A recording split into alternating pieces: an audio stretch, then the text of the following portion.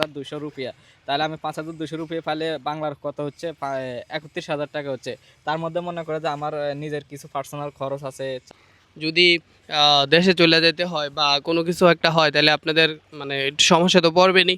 So যারা কোম্পানির নামে আসবেন দয়া করে কোম্পানি। হাই এভরিওয়ান, তো আপনাদের অনেকেরই জানার ইচ্ছা থাকে যে মালদ্বীপের দেশটা কেমন বা মালদ্বীপের আইল্যান্ডগুলো কেমন হয় বা মালদ্বীপের কাজকর্ম কেমন। তো এখন আমাদেরকে একটু ক্লিয়ার করবে আমাদের শরীফ, ওনার অভিজ্ঞতা শেয়ার করবে, কারণ উনি মালদ্বীপে আসছে অনেক দিন হয়েছে। সো তার অভিজ্ঞতাটা একটু জানতে চাই যে তার আসলে সে কি বলতে চায়। তো শরীফ, তুমি তো মানে এখন কোথায় আছো মালদ্বীপে? আমি মালদ্বীপের আইল্যান্ডে আছি বর্তমানে। আচ্ছা, মালদ্বীপে আইল্যান্ডে কিরকম মানে সুযোগ সুবিধা কিরকম কাজের ক্ষেত্রে? কাজের ক্ষেত্রে যদি মালিক ভালো হয় তাহলে তুমি সুযোগ সুবিধা ভালোই পাবে, যদি মালিক খারাপ হয় তাহলে তো তুমি সুযোগ সুবিধা ভালো পাবে না। আচ্ছা, মালদ্বীপে মানে কোন ধরনের কাজের কেমন বেতন হয়? মালদ্বীপে তুমি যদি রেস্টুরেন্টের কাজে আসো, রেস্টুরেন্টের কাজে আসলে তোমার $350 থেকে $500 পর্যন্ত স্যালারি হয়ে থাকে। আর যদি কনস্ট্রাকশনের কাজে আসো, $300 থেকে তোমার $450 পর্যন্ত বেতন হয়ে থাকে। তার মধ্যেও ওইখানে কিন্তু কনস্ট্রাকশনের কাজে তোমার আবার আছে, তুমি যদি ডলার ভাঙি না আসো, যদি আমার ডলার বেতন দিতে হবে, যদি এটা ক্লিয়ার না করে না আসো তাহলে তোমাকে রুপিয়া দিবে বেতন। রুপিয়া দিলে তোমার পরে হচ্ছে যায় $100 পরে হচ্ছে যে মানে এই দেশে ব্যাংক রেটে 1500 টাকা। তাহলে তুমি এমনিতে তুমি 1500 টাকা, আর যদি ডলারটা ভাঙ্গো ডলার দিলে তাহলে তুমি পাবে হচ্ছে যে 2,000 টাকা। সেই ক্ষেত্রে তোমার $300 ওরা যদি রুপিয়া দেয় তাহলে 4,500 রুপিয়া পাইতেছো। আর যদি ডলার দেয় $300 তাহলে তুমি 6,000 রুপিয়া পাইতেছো। তাহলে তুমি চিন্তা করো 6,000 রুপিয়া আসে তোমার কত 37,000 টাকা। আর যদি তোমাকে রুপিয়া দেয়, রুপিয়া দিলে পরে তোমার 30,000 টাকাও পরে না, মনে হয় 27,000 টাকার মতো পরে। তো এখন সেক্ষেত্রে যদি কেউ যদি বাংলাদেশ থেকে এখন বর্তমানে আসে, তো তুমি তাদের উদ্দেশ্যে কি বলতে চাও? তাদের উদ্দেশ্যে বলতে চাচ্ছি, তাদের যে ওয়ার্ক পারমিটটা আছে ওইটাতে তোমার ডলার এবং কি রুপিয়া দুটোই লেখা থাকে। আর হচ্ছে তুমি আসার আগে ওটা ক্লিয়ার করে আসতে হবে যে আমাকে কি রুপিয়া বেতন দেবে না ডলার দেবে।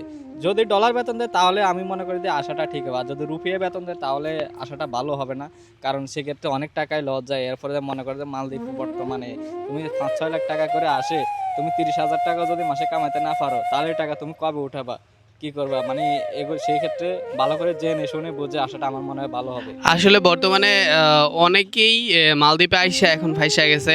কারণ হচ্ছে মালদ্বীপ এত সুন্দর একটা দেশ, কিন্তু এই সুন্দর দেশ দেশ দেখা বা ভিউ দেখা মানুষে পাগল হয়ে মালদ্বীপে আইসা এখন মনে করেন যে মালদ্বীপে আপনার এই শহরে আইসা বসে রয়েছে, কারোর কাজ নাই, কারোর কোনো কিছু নাই। সৌদি আরব যাইতে তো সেক্ষেত্রে 4-5 লাখ টাকা দিয়ে যাওয়া যায়, কিন্তু সৌদি আরব তো যাওয়ার পরে তো তোমার ভালোই টাকা ইনকাম করা যায়, 60, 70, 80, 90। কিন্তু আসলে মালদ্বীপে হচ্ছে জিনিসটা হচ্ছে এরকম, মালদ্বীপে আপনি যত টাকা দিয়ে আসেন না কেন আপনি 30-এর উপরে বাড়িতে কখনোই পাঠাইতে পারবেন না। আসলে এই ব্যর্থতা কার, মানে এখানে গাফিলতিটা কার, আমাদের দেশের মানে আমরা যারা আসি তাদের না অন্য অন্য মানুষদের? এই গাফিলতিটা আমাদের নিজেরও কিছু বোঝার একটু আছে, আর সেক্ষেত্রে আর আমাদের দেশে মনে করে যে দালাল বেশি, দালালের কারণে আরো বাকিটা হইতাছে আর কি, আমি যেটা মনে করি। আচ্ছা, এখন এই যে বিষয়টা আসলে বাংলাদেশের মানুষ তো আসলে কোথায় যাইব বলো? যাওয়ার তো কোনো রাস্তা নাই যে এই জায়গায় গেলে ভালো হইব বা ওই জায়গায় গেলে ভালো হইব, এরকম তো লোক বা পরিস্থিতি কেউ থাকে না। সেই ক্ষেত্রে তো মনে করো যে দালালে যেভাবে মিষ্টি কথা কথা বলে নিয়ে আসে, সেই ক্ষেত্রে ওরা যেভাবে বলে দেশে থাকতে ওভাবে যদি কাজ দিত তাহলে আমাদের এভাবে সমস্যার সম্মুখীন হতে হতো না, আমরা ঠিকভাবে কাজ পাইতাম। দেখা গেছে দালালে বলতেছে কি আমার $450 বেতন দিবে, সেক্ষেত্রে আমি আসার পরে দেখে দিই আমাকে কি $350 বেতন দিতেছে, তাও রুপিয়া রুপিয়া দিলে কত আমি পাইতেছি 5,200 রুপিয়া। তাহলে আমি 5,200 রুপিয়া পাইলে বাংলার কত হচ্ছে 31,000 টাকা হচ্ছে। তার মধ্যে মনে করে যে আমার নিজের কিছু পার্সোনাল খরচ আছে, এরপরে এরপর নিজের এমবি বিল আছে, এমবি বিলে প্রতি মাসে 3,000 টাকা চলে যাবে। বাংলাদেশের? হ্যাঁ, বাংলাদেশের। সেক্ষেত্রে তুমি চিন্তা করো 31,000 টাকা যদি তুমি স্যালারি পাও, সেক্ষেত্রে ধরো 6,000 টাকা এখান থেকে মাইনাস দিয়ে দাও, 3,000 টাকা তোমার চায়ের খরচ আর হচ্ছে 3,000 টাকা এমবির বিল, যদি এক্সট্রা বাড়তি কোনো খরচ না থাকে। মানে মোট কথায় তুমি 1,000 রুপি তোমার লাগবে। আর যারা মনে করেন যে একটু মানে অন্য অভ্যাস আছে, ধূমপান করেন, তো তাদের আসলে কেমন খরচ যেতে পারে? তাদের মনে করো যে যাদের ধূমপান আছে তারা যেমনি এমনি 2,000+ রুপি খরচ হতে পারে। তুমি যদি 5,000 রুপি পাও সেক্ষেত্রে তোমার 2,000 রুপিয়া প্লাস খরচ হয়ে যাবে। তাহলে এই 3,000 রুপি কত টাকা যেতে পারে বাংলাদেশে? 3,000 রুপি তোমার বাংলার 18,000 টাকা যাবে। 18,000 টাকা যদি ইনকাম করেন, একটা কথা বুঝেন আমি বলি, 18,000 টাকা যদি আপনি যদি ইনকাম করেন মানে মালদ্বীপে এসে 6 লাখ টাকা 5 লাখ টাকা ভাঙিয়া, তাইলে মানে বিষয়টা কেমন না? তো আসলে যায় না শুনে আসবেন।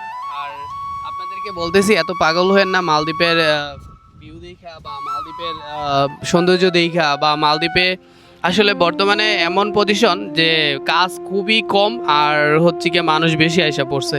এই কারণে আমরা যারা মানে আগে আসি বা আমরা যারা 2023 সালে 22 সালে বা 2018 সালে যারা আসে তাদেরও আসলে অনেক সমস্যা হইতেছে। কারণ হচ্ছে কি যে কোম্পানিতে লোক পাইতেছে অ্যাভেলেবেল, ফ্রি ভিসার লোক, তো তাদেরকে আইনা কাজে লাগাইতে পারতেছে কম বেতনে। অ্যান্ড হচ্ছে কি তাদেরকে যদি বেতন টেতনও না দেয় তাতেও কোনো সমস্যা হয় না। তো তুমি তো মানে যেভাবে আসো এখন, যদি তোমার বেতন টেতন মাইরা দেয় তাহলে তো তুমি কোনো কিছুই করতে পারবে না। না, এখানে কিছুই করার নাই আমার, যদি আমার বেতন মাইরাও দেয় তারপর আমার কিছুই করার নাই। তো এইটাই আসলে। আর বিদেশে আসলে একটু ভাই দেখে শুনে আসবেন যে আপনাদের ভিসাগুলা ঠিক আছে কিনা, বা একটু যাচাই করে আসবেন যে কোম্পানি ভিসা কিনা। আর যতদূর মানে আমার মনে হয় যে আপনারা একটু কষ্ট করে হইলেও আপনারা এই যে কোম্পানিতে থাকবেন, কোম্পানিতে কাজ করবেন, কোম্পানির বাহিরে কাজ করতে যাবেন না। এতে করে আপনাদের সমস্যা হইব, বিরাট সমস্যা হইব। কারণ পরবর্তীতে পুলিশে যখন ধরবো তখন আপনি নিজ ইচ্ছা দেশে চলে যেতে হবে। তো এতগুলো টাকা ভেঙে আসবেন ভাই, যদি দেশে চলে যেতে হয় বা কোনো কিছু একটা হয় তাহলে আপনাদের মানে একটু সমস্যা তো পড়বেনই। সো যারা কোম্পানির নামে আসবেন দয়া করে কোম্পানিতে কাজ করবেন, কোম্পানিতে থাকার চেষ্টা করবেন। আর মালদ্বীপের পরিস্থিতি এখন খুবই ভয়াবহ, কারণ চারিদিকে শুধু লুক ধরতেছে। আর আইল্যান্ডে একটু সেফ আছে, আইল্যান্ডে সেফ বলতে গেলে ততটাও সেফ না, কারণ যখন আসবে তখন তো বুঝিনি ধইরা নিয়ে যাইব, সোজা কথাই কোনো কিছু দেখবো না, ধইরা নিয়ে যাইব। সো থ্যাংক ইউ এতক্ষণ আমার সাথে থাকার জন্য। আর আপনারা যারা নতুন এই ভিডিওটা দেখতেছেন, সো আপনারা সবাই লাইক করবেন এবং সাবস্ক্রাইব করে দিবেন আমার চ্যানেলটা ডেইলি লাইফ 2121।